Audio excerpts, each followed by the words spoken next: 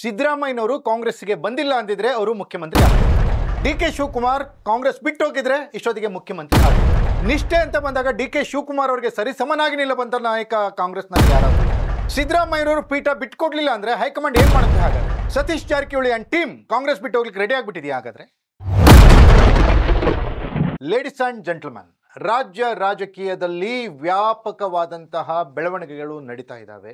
ಯಾವುದೇ ಕ್ಷಣದಲ್ಲಿ ಈ ಬೆಳವಣಿಗೆಗಳು ಸ್ಫೋಟಕವಾಗಿ ರಿಸಲ್ಟ್ ಕೊಡುವಂತಹ ಸಂಭವವಿದೆ.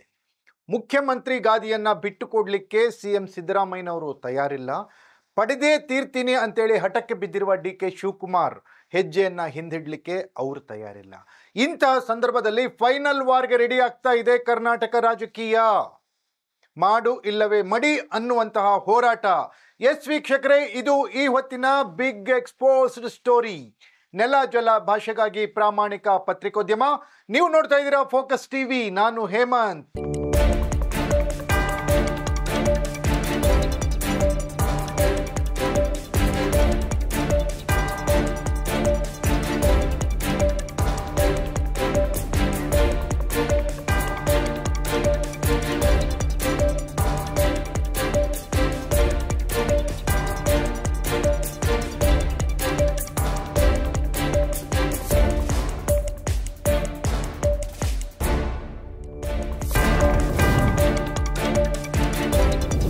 ಎಸ್ ವೀಕ್ಷಕರೇ, ರಾಜ್ಯದಲ್ಲಿ ರಣರೋಚಕ ಕಾದಾಟ ಶುರುವಾಗಿದೆ. ಸಿಎಂ ಸೀಟಿಗಾಗಿ ಬಿಗ್ ಫೈಟ್ ಸ್ಟಾರ್ಟ್ ಆಗಿದೆ. ಸಿಎಂ ಸ್ಥಾನವನ್ನ ಪಡೆದೇ ತೀರ್ತೀನಿ ಅಂತ ಹಠಕ್ಕೆ ಡಿ.ಕೆ. ಶಿವಕುಮಾರ್ ಬಿದ್ದಿದ್ದಾರೆ. ಯಾವುದೇ ಕಾರಣಕ್ಕೂ ಡಿ.ಕೆ. ಶಿವಕುಮಾರ್ ಅವರಿಗೆ ಪಟ್ಟ ಕೊಡಬಾರ್ದು ಅಂತ ಹೇಳಿ ಸಿದ್ದರಾಮಯ್ಯನವರ ಬಣ ಯೋಜನೆಯನ್ನ ರೂಪಿಸ್ತಾ ಇದೆ. ಈ ಎಲ್ಲದರ ಮಧ್ಯೆ ಹೈಕಮಾಂಡ್ಗೆ ಒಂದು ರೀತಿ ಪೀಕಲಾಟ ಶುರುವಾಗಿದೆ. ಈ ಕಡೆ ಸಿದ್ದರಾಮಯ್ಯನವರು ಬೇಕು, ಆ ಕಡೆ ಡಿ.ಕೆ. ಶಿವಕುಮಾರ್ ಅವರು ಬೇಕು. ಇಂತಹ ಸಂದಿಗ್ಧತೆಯಲ್ಲಿ ಯಾರ ಪರವಾಗಿ ಹೆಜ್ಜೆ ಇಟ್ಟರೂ ಕೂಡ ಹೈಕಮಾಂಡ್ಗೆ ಅದು ಕಾಸ್ಟ್ಲಿ ಆಗಲಿದೆ. ಹಾಗಾಗಿ ರಾಜ್ಯ ರಾಜಕಾರಣ, ರಾಷ್ಟ್ರ ರಾಜಕಾರಣದ ದಿಕ್ಕನ್ನ ಬದಲಾಯಿಸಬಲ್ಲದು ಅಂತ ಹೇಳಿ ರಾಜಕೀಯ ಪಂಡಿತರು ಹೇಳ್ತಾ ಇದ್ದಾರೆ. ಒಟ್ನಲ್ಲಿ ಡಿ.ಕೆ. ಶಿವಕುಮಾರ್ ಮತ್ತು ಸಿಎಂ ಸಿದ್ದರಾಮಯ್ಯನವರ ನಡುವೆ ನಡೀತಾ ಇರುವಂತಹ ಹಗ್ಗಜಗ್ಗಾಟದ ಪೀಕಲಾಟ ಹೈಕಮಾಂಡ್ ಅಂಗಳಕ್ಕೆ ಬಿದ್ದಿದೆ. ಹಳ್ಳಿಯಿಂದ ದಿಲ್ಲಿವರೆಗೂ ಒಂದೇ ಚರ್ಚೆ. ಅದು ಸಿಎಂ ಬದಲಾವಣೆಯಾಗುತ್ತಾ? ಬದಲಾವಣೆಯಾದರೆ ಡಿ.ಕೆ. ಶಿವಕುಮಾರ್ ಮುಖ್ಯಮಂತ್ರಿ ಆಗ್ತಾರಾ? ಅಷ್ಟು ಸುಲಭವಾಗಿ ಸಿಎಂ ಸಿದ್ದರಾಮಯ್ಯನವರು ಪಟ್ಟವನ್ನ ಬಿಟ್ಟುಕೊಡ್ತಾರಾ? ದಲಿತ ಸಿಎಂ ಕೂಗನ್ನ ಎಬ್ಬಿಸಿದ್ಯಾರು? ದಲಿತ ಸಿಎಂ ಕೂಗೆದ್ದಿದ್ರಿಂದ ಯಾರಿಗೆ ಲಾಭ ಆಗುತ್ತೆ, ಯಾರಿಗೆ ನಷ್ಟ ಆಗುತ್ತೆ? ದಲಿತರ ಹೆಸರನ್ನ ಬಳಸ್ಕೊಂಡು ಇಲ್ಲಿ ಕೈ ಬಿಡ್ತಾರಾ ಅಥವಾ ನಿಜವಾಗ್ಲೂ ಅವರಿಗೆ ಸೀಟ್ ಕೊಡ್ತಾರಾ? ಈ ಎಲ್ಲದರ ಚರ್ಚೆ ಹಳ್ಳಿಯಿಂದ ದಿಲ್ಲಿವರೆಗೂ ನಡೀತಾ ಇದೆ.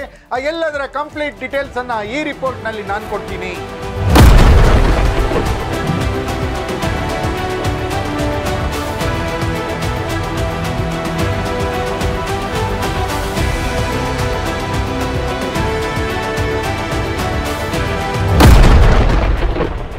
ಎಸ್ ವೀಕ್ಷಕರೇ, ಡಿ.ಕೆ. ಶಿವಕುಮಾರ್ ಫೈನಲ್ ವಾರ್ಗೆ ರೆಡಿಯಾಗಿದ್ದಾರೆ.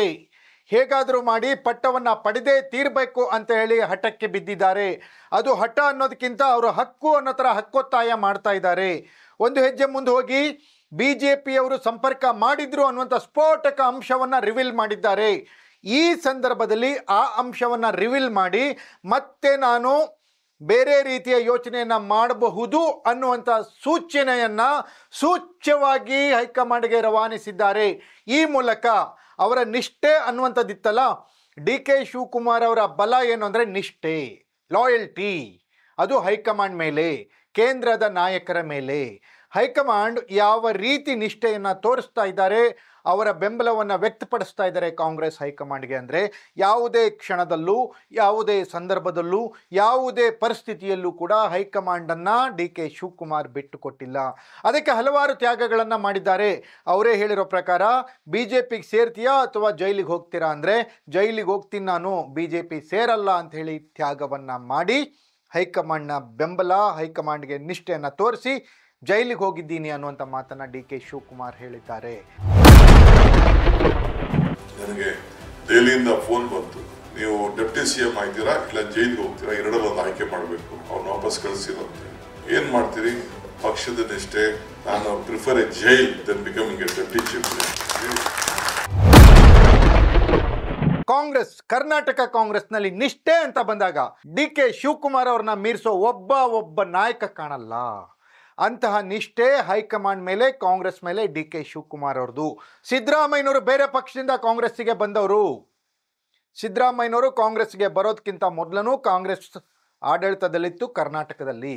ಸಿದ್ದರಾಮಯ್ಯ ಬಂದಿದ್ದರಿಂದ ಪಕ್ಷಕ್ಕೆ ಹೆಲ್ಪ್ ಆಯ್ತೇ ಹೊರತು ಸಿದ್ದರಾಮಯ್ಯ ಬಂದು ಕಾಂಗ್ರೆಸ್ ಪಕ್ಷವನ್ನು ಕಟ್ಟಿಲ್ಲ. ಕಾಂಗ್ರೆಸ್ ಪಕ್ಷವನ್ನು ಕಟ್ಟಿರೋ ಧೀಮಂತ ನಾಯಕರು ಬೇರೆಯವರಿದ್ದಾರೆ. ಅವರ ಜೊತೆಯಲ್ಲಿ ಡಿ ಕೆ ಶಿವಕುಮಾರ್ ನಿಲ್ತಾರೆ. ಸಿದ್ದರಾಮಯ್ಯನವರು ಬಂದು 2 ಅವಧಿಯ ಅಧಿಕಾರವನ್ನು ಅನುಭವಿಸಿದರು. ಸಿದ್ದರಾಮಯ್ಯನವರು ಕಾಂಗ್ರೆಸ್ಗೆ ಬರಲಿಲ್ಲ ಅಂದಿದ್ರೆ ಅವರಿಗೆ ಮುಖ್ಯಮಂತ್ರಿ ಆಗುವ ಅವಕಾಶ ಎಷ್ಟಿತ್ತೋ ಗೊತ್ತಿಲ್ಲ. ಆದರೆ ಡಿ ಕೆ ಶಿವಕುಮಾರ್ ಕಾಂಗ್ರೆಸ್ಸನ್ನು ಬಿಟ್ಟು ಹೋಗಿದ್ರೆ ಅವರು DCM ಆಗಿರ್ತಿದ್ರು. ಈ ಕ್ಷಣದಲ್ಲಿ ರಾಜ್ಯದ ರಾಜಕೀಯ ವ್ಯವಸ್ಥೆ, ರಾಜಕೀಯ ಚಿತ್ರಣ ಬೇರೆ ರೀತಿ ಇರ್ತಿತ್ತು. ಇವಾಗಿನ ಏನು ರೀತಿ ಇದೆ, ಈ ರೀತಿಯಲ್ಲಿ ಇರ್ತಿರಲಿಲ್ಲ. ಇದೆಲ್ಲವೂ ಕೂಡ ರಾಜ್ಯದಲ್ಲಿ ರಾಜಕೀಯವನ್ನು ಬಲ್ಲವರಿಗೆ ಗೊತ್ತಿರುವಂತಹ ವಿಷಯ, ರಾಜಕೀಯ ನಾಯಕರು ತಿಳಿದುಕೊಂಡಿರುವಂತಹ ವಿಷಯ, ದಿಲ್ಲಿಯಲ್ಲಿರುವಂತಹ ಕೈ ನಾಯಕರು, ಕೈ ಹೈಕಮಾಂಡ್ ತಿಳಿದುಕೊಂಡಿರುವಂತಹ ವಿಷಯ. ಇಂತಹ ಸಂದರ್ಭದಲ್ಲಿ ಡಿ ಕೆ ಶಿವಕುಮಾರ್ ಅವರನ್ನ ಯಾವ ರೀತಿ ಕಾಂಗ್ರೆಸ್ ಬಳಸ್ಕೊಳ್ಳುತ್ತೆ, ಯಾವ ರೀತಿ ಉಳಿಸ್ಕೊಳ್ಳುತ್ತೆ ಅನ್ನೋದೇ ಸದ್ಯದ ಪ್ರಶ್ನೆ.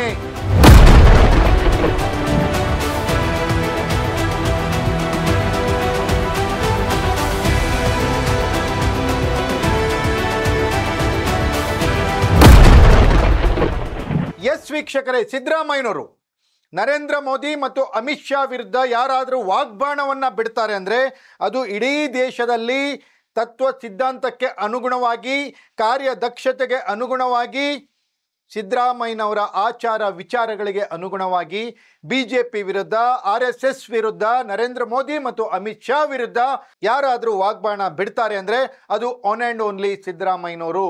ಸಿದ್ದರಾಮಯ್ಯನವ್ರನ್ನ ಅಲುಗಾಡಿಸ್ಲಿಕ್ಕೆ BJPಗೆ ಸಾಧ್ಯನೇ ಆಗಿಲ್ಲ. ಸಿದ್ದರಾಮಯ್ಯನವ್ರನ್ನ ಯಾವುದೇ ತಂತ್ರ ಉಪಯೋಗಿಸಿಯೂ ಕೂಡ ಬಗ್ಗಿಸ್ಲಿಕ್ಕಾಗಿಲ್ಲ. ಫಾರ್ ಎಕ್ಸಾಂಪಲ್, ಅರವಿಂದ್ ಕೇಜ್ರಿವಾಲ್ ಅವ್ರನ್ನ ಜೈಲಿಗೆ ಹಾಕ್ತು BJP. ಹಲವು ಆರೋಪಗಳ ಪಟ್ಟಿಯನ್ನು ಕೇಜ್ರಿವಾಲ್ ಮೇಲೆ ಹೊರಿಸ್ತು.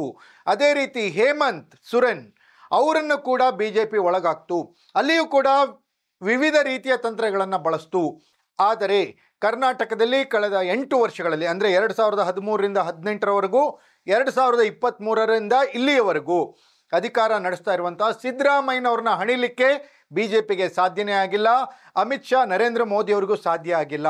ಕಾರಣ ಏನು ಅಂದರೆ ಸಿದ್ದರಾಮಯ್ಯನವರ ವ್ಯಕ್ತಿತ್ವ. ಸಿದ್ದರಾಮಯ್ಯನವರನ್ನ ಮುಟ್ಟಿದ್ರೆ, ಸಿದ್ದರಾಮಯ್ಯನವ್ರನ್ನ ಅಲುಗಾಡಿಸಿದ್ರೆ ಇಡೀ ದೇಶದಲ್ಲಿ BJPಗೆ ಹಿನ್ನಡೆಯಾಗುತ್ತೆ ಅನ್ನುವಂತಹ ಸರ್ವೆ ರಿಪೋರ್ಟ್. ಇಂತಹ ಅಂಶಗಳನ್ನು ಇಟ್ಕೊಂಡು ಸಿದ್ದರಾಮಯ್ಯನವರು BJP ವಿರುದ್ಧ ಎದೆ ತಟ್ಟಿ ತೊಡೆ ತಟ್ಟಿ ನಿಂತಿದ್ದಾರೆ. BJPಯನ್ನು ಎದುರಿಸ್ತಾ ಇದ್ದಾರೆ. ನರೇಂದ್ರ ಮೋದಿ ಮತ್ತು ಅಮಿತ್ ಶಾ ವಿರುದ್ಧ ಹಲವು ಬಾರಿ ಟೀಕೆ ಟಿಪ್ಪಣಿಗಳನ್ನು ಮಾಡಿದ್ದಾರೆ. ಸಿದ್ದರಾಮಯ್ಯನವ್ರನ್ನ ಹೊರತುಪಡಿಸಿ ನರೇಂದ್ರ ಮೋದಿ, ಅಮಿತ್ ಶಾ ವಿರುದ್ಧ ಅಷ್ಟೊಂದು ರೀತಿಯ ಟೀಕೆ ಟಿಪ್ಪಣಿಗಳನ್ನು ಮಾಡಿರುವ ಮತ್ತೊಬ್ಬ ನಾಯಕ ಇಡೀ ದೇಶದಲ್ಲೇ ಇಲ್ಲ. ಇಂತಹ ಸಂದರ್ಭದಲ್ಲಿ ಸಿದ್ದರಾಮಯ್ಯನವ್ರನ್ನ ಕೆಳಗಿಳಿಸ್ಲಿಕ್ಕೆ ಹೈಕಮಾಂಡ್ ರೆಡಿ ಆಗುತ್ತಾ?